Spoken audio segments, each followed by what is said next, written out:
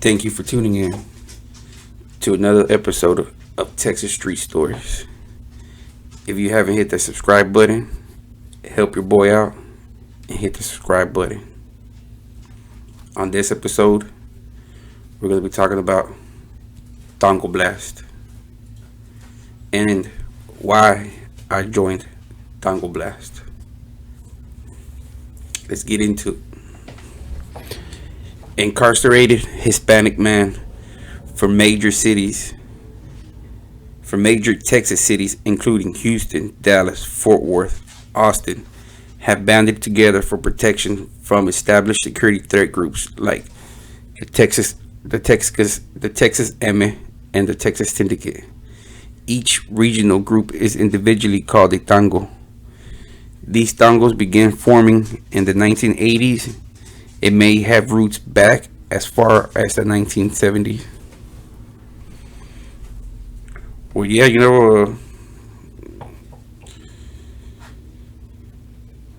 I guess, it's been a minute, but I don't think they were called tangos back in the day. For what I was known, Dallas and Fort Worth were called the Metroplex at one time, back in the early 90s, late 80s. That's what they were calling themselves. Dallas Fort Worth, they were calling themselves the Metroplex. So the term Tango Blast is, and actually does not refer to a separate group. Rather, it refers to that idea that a particular tango member is more criminally active than others. Some tango members say that the tango is an acronym for Tejanos Against Negative Gang Organizations. However, tango originally meant something like hometown clique. Well, yeah, I think the acronym, came down the road when, just to avoid being segged up and being locked up and considered a security threat group. When I was locked up in 2001, when I got into it, it was just, PTB, Puro Tango Blast.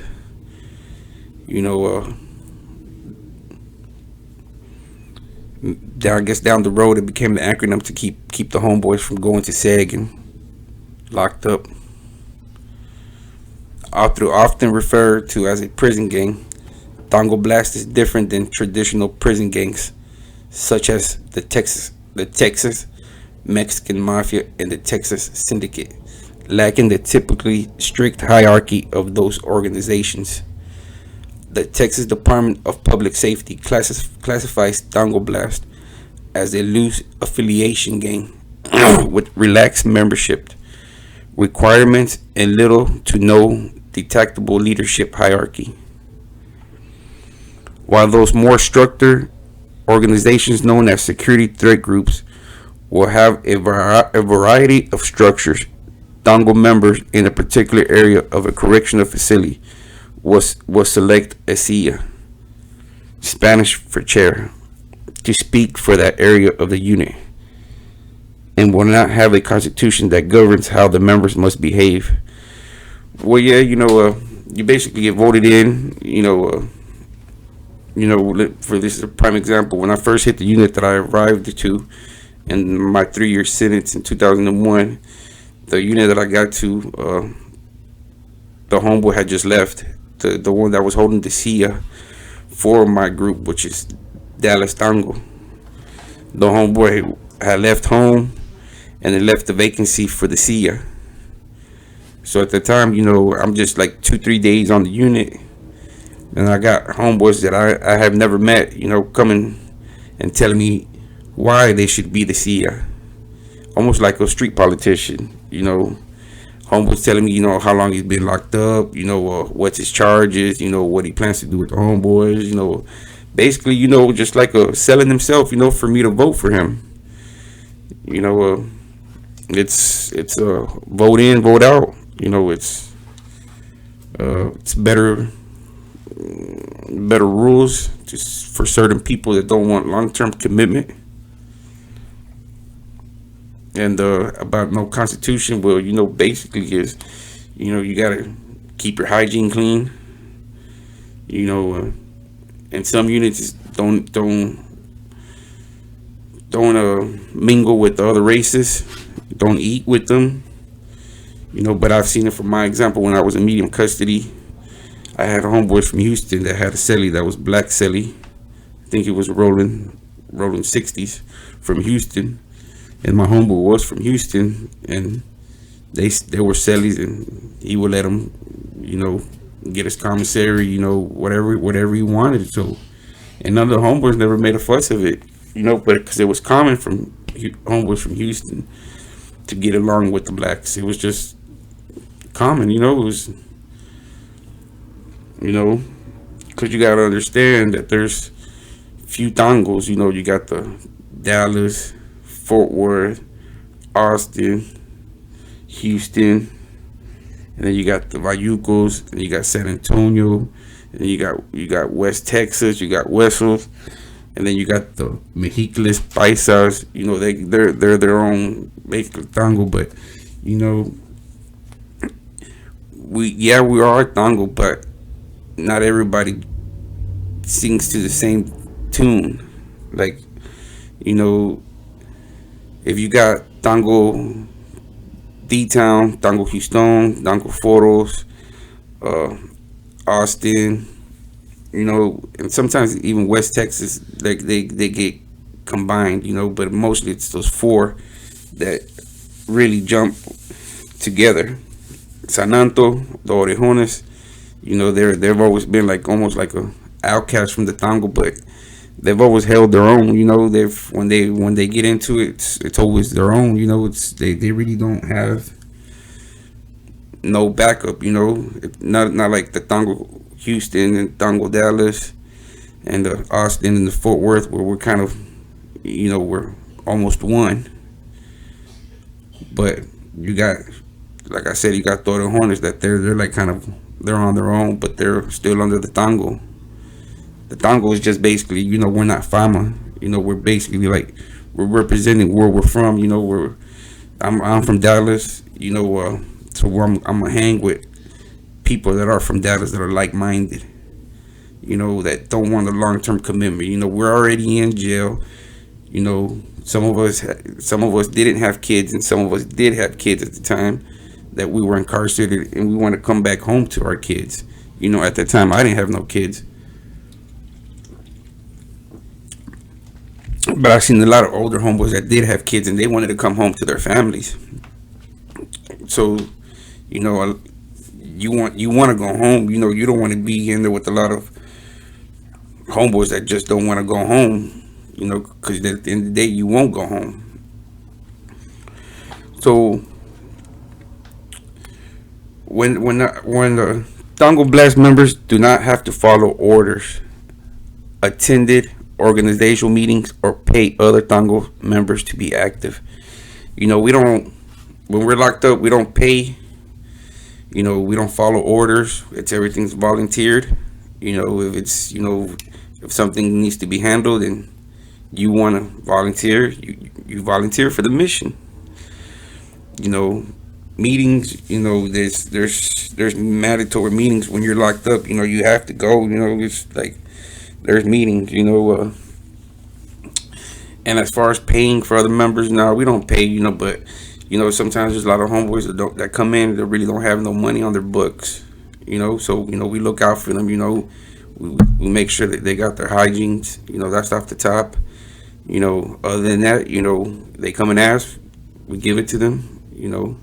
Because a lot of homeboys are in better places than other homeboys at the time. Some homeboys got family members looking out for them. Some homeboys don't have families looking out for, or their family just can't look out for them. So that's where we step in and we make sure they have their hygiene. That's off the top. Homeboy needs a soup. Are we spreading? Homeboys gets fed.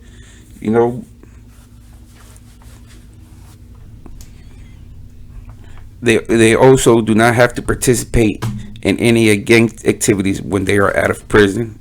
Yeah, that's why a lot of us choose not to be in a long-term commitment gang, because a lot of us want to come back out and continue doing what we were doing. Because you got to understand that a lot of us were probably from different sets of area that we want to come back to. I want to come back to the north, and I might have had homeboys that were from the east or west that I might not run into. That they're on their side of town and I'm on my side of town. So it's really up to you if you want to continue kicking it with the homeboys out here, which I've seen a lot of homeboys do. They come out here and start doing music videos or they start doing whatnot, but to each for them. I decided, come out, got back into my neighborhood and got back into my neighborhood homeboys. I let my homeboys know what I was in, locked up in prison, but that was as far as it came out here. I wasn't really representing it out here once I got out here, because when I got released, it was just supposed to be in the prison. That was the whole point. Yeah, you came out here and told people, yeah, you were this, you were that, but it's not like you were putting homeboys on and be like, oh, no, or none of that. That it was just that stayed in there, what it was supposed to. But a lot of homeboys were bringing that out here and continuing out here. But I was kind of frowned upon from the older ones that, the ones that really stuck to what it really was for. Was go in there, do your time, chill with the homeboys, get your quota check. I'm 2-on-1 for a few minutes. You're inducted. It's just like anybody else getting jumped into the neighborhood street gang. They put the two biggest homeboys on you, to see if you're gonna break you or you're gonna fold or you're gonna fight. But as long as you go in there and just keep your head up, and you bound to lose, man. It's just 2-on-1. The odds are against you, but as long as you go in there and give it all you got, you're good. They ain't gonna if they drop you, they ain't gonna kick you or nothing. They're gonna let you get back up and you just go back at it again. That's just the way it is. Why it is commonly believed that there are only 4 chapters to the Tango. Other regions of the states have their own tangos. Collectively, the tangos from Austin, Dallas, Fort Worth, and Houston are known as the Fourth Horseman. Individual tango members use regionally appropriate symbols as tattoos to identify the tango to which they belong. Generally, tango members identify themselves by sport team logos or area codes from their hometown or region. Yeah, that's what it was. I mean, I got on my stomach, I got big old letters that say Dallas. That just to let them know, hey, I'm from Dallas, Texas. D-town. I'm representing my city. So if I'm representing my city, then I must be a tango. Houston or H-Town members who are from Houston often use the Houston Texans logo, Houston Astros, and cracked Houston Texan symbol star. D-Town members who are from Dallas may use the Dallas Cowboy star. Foritos or F-Town members who are also known as Foros are from Fort Worth, often use the 817 area code. A star with the 817 in the center, similar to a pentagram. ATX or A-Town or La Caperucha, meaning the capital, members who are from Austin, may use the Texas Capitol building. These 4 tangos represent the earliest tangos to form. Other areas of Texas have their own tangos, notably West Texas, Puro West or Huesos, often displaying an 806 or a 432 or a WT and tattoos. The Rio Grande Valley, Bayucos, San Antonio, Orejones, Corpus Christi, Corpitos, and El Paso, Chucos, or EPT. Those are the 4 original tangos. Austin, Dallas, Fort Worth, and Houston, and all the other cities started getting their own tangos as time came by. But from what I was told, the tangos came from that one time the major cities had their famas where they were coming from. So they were recruiting everybody that was coming from those cities and basically making them their foot soldiers and making them catch time, more time, and a lot of people that were coming, falling out of Dallas and Houston and these other major cities just started bonding together and said, no, no, no, this just, we're gonna make our own. Y'all are already a set group, with the membership of requirements that a lot of us don't want to abide or join those requirements. We're gonna do our own thing over here, and which the Tangos became. And as today, from what I know, they're still running strong. You know, uh, just the recruitment is strong. It's the laws, just the recruitment is just, everybody's been into a street gang. So the requirements of becoming a Tango member are similar instead of a long term commitment to where you don't want to be told what to do by somebody up above you. As Tango members, we're all equal. And like I said earlier, we vote when something needs to be done. If there's a mission that needs to be completed, then somebody volunteers for it. Why I joined Tango was for the simple fact the rules and the requirements were simple. There was no long term commitment. I wanted to be my own man when I was in there, and I wanted to be my own man out of prison. I did not want no long term commitment. Uh, the 3 years that I was in there, I went in from 2001 to 2004. I went to this unit called Central Texas, which was a kickback unit because of my short time. Got in there to some fights, got some weed cases, some dirty ways there, and they sent me off to get reclassified in Huntsville again. And after getting reclassified, they put me in medium custody. So they transferred me to this place in Huntsville called the Win Unit. At the Win Unit, I was in medium custody. I was in my cell for 4 hours a day out of my cell.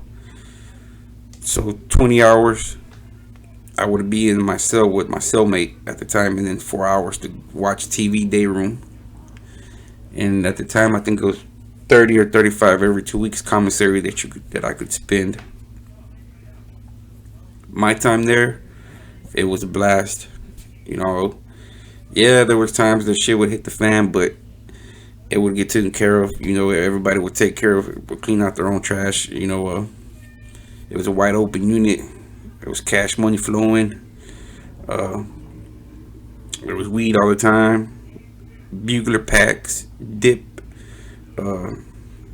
Everclear, Xanax. Basically anything you wanted, it was wide open. I personally seen cash money. I personally took cash money out the visiting room. This is going to be another story that I will, not in so much detail, but how it was done or whatnot. But it was a wide open unit. I had fun. I was 19, doing a 3-year sentence. Kicking it with the homeboys. Yeah, there was times that shit did get hectic, but we were always on our toes, and me being out of Dallas at the time, I kicked it with more in medium custody with the homeboys from Houston, because at the time there was more homeboys from Houston in medium custody than there was Dallas homeboys. So I kicked it with the homeboys from Houston real hard. They were real cool people. And